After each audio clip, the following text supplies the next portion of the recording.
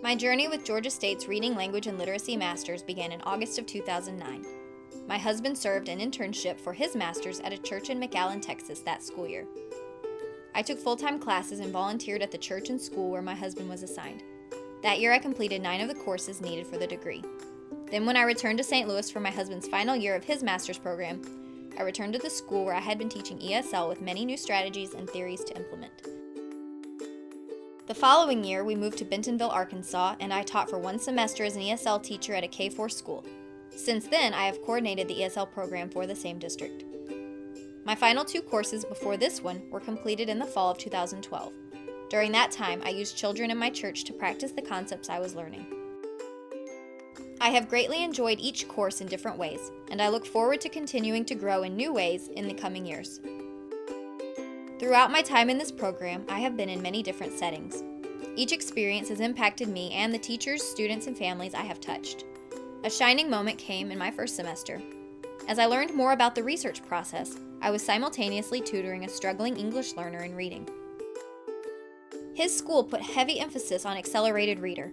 An aha moment came as a shining light when I did research on the AR program and incorporated what I had learned into how I impacted that student and the teachers in his school. Seeing all the struggle that he had with AR inspired me to write that year's action research proposal about it. The following year, that school used the program differently because of some of the research I shared with them. Another shining light was when I did a sociolinguistic research project. I did a report about the different names of carbonated beverages, and my eyes were opened up to the fact that people from within the U.S. use certain vocabulary differently. This knowledge has helped me incorporate colloquialisms and synonyms into lessons more intentionally. A point of difficulty for me took place this semester. I was mentally and emotionally prepared to tackle the work required for this capstone course. I had purposefully set this course as the only course for that semester, so that I could devote my full academic attention to it. Then on the Friday of the drop add period, I found out that I was required by the university to be enrolled in 6 credits my final semester. So in that same day, I had to come up with an additional $1,400 and start into a class feeling a whole week behind. Other than that experience though, I've had nothing but praise to give this program and university. During my first 9 classes, I was not teaching full-time but was volunteering as an adult ESL teacher in McAllen, Texas. I used strategies and understanding about culture to connect better with the ladies in my class. Some of the linguistic knowledge I gained helped me to improve my lessons. I began to focus more on morphology, so that the ladies were not only learning new words, but why the words meant what they did, and how the word parts played a role in the meaning. One particular lesson I saved artifacts from was when the ladies shared recipes with one another.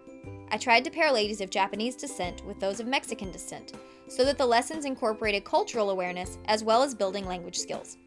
Several of the ladies from my class have continued to improve their English skills since then. One is now teaching English back in Japan, and one has received accolades from her Toastmasters Club. Also in McAllen, I worked one-on-one with a 2nd grade struggling reader and language learner named Sebastian. Using him for class projects and observations was great for me to learn from him, but I also helped him as well. One assignment was about negotiation.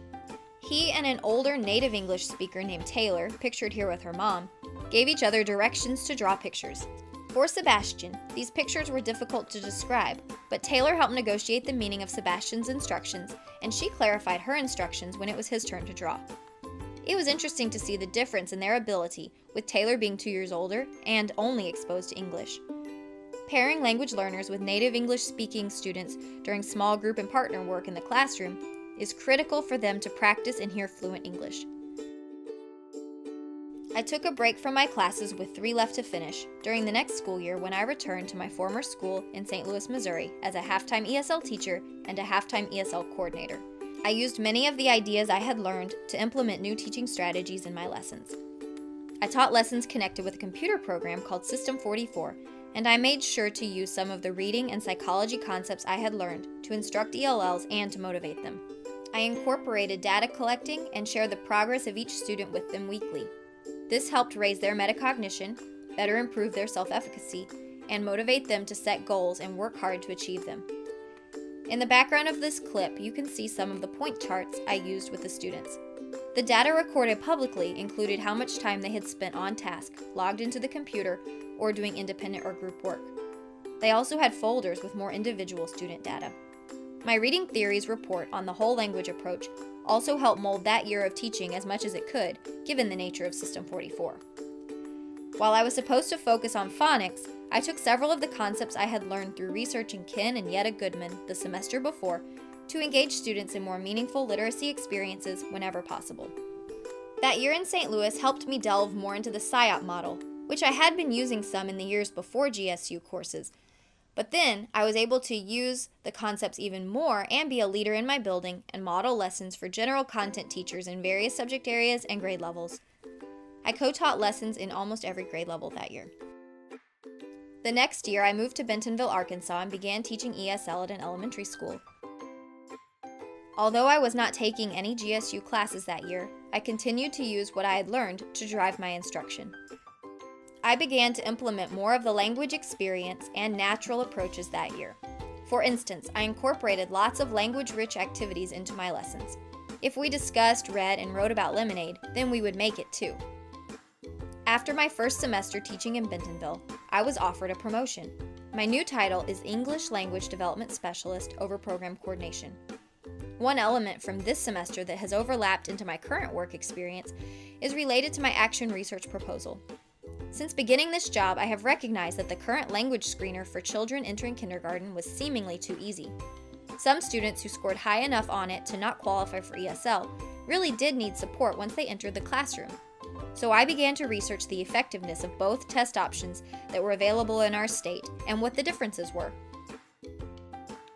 After months of studying, discussing with colleagues, and testing out both options on native English-speaking and linguistically diverse children, my coworker Ginger and I have determined that the new assessment will be more effective in predicting success in the academic setting and whether or not that success can be met without ESL teacher support.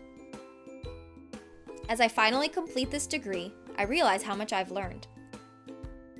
I have the ability to think more deeply and more reflectively about language acquisition, the psychology of learning, literacy instruction, and how it all overlaps to enhance English learners' academic experience. Each class has woven itself into who I am as a student, educator, and researcher. If I had to choose the most interesting or eye-opening course, it would have to be Social and Cultural Foundations in Education, because the presentation of the history of education was so thought-provoking. I am most grateful that this program has provided a quality education and yet never required me to be within a 10-hour drive of the perimeter. I'm also grateful to Leslie Cura for always being available to help me with anything related to getting registered, re-enrolling, or in good standing with the accounts office. I feel confident in the information I have learned and the products I have produced. Over the course of the 5 years, I have finally reached the end of this program. I look forward to what the next 5 years of my career brings. Thankful for friends and loved ones too. Thankful for all the things and true. Thankful for harvest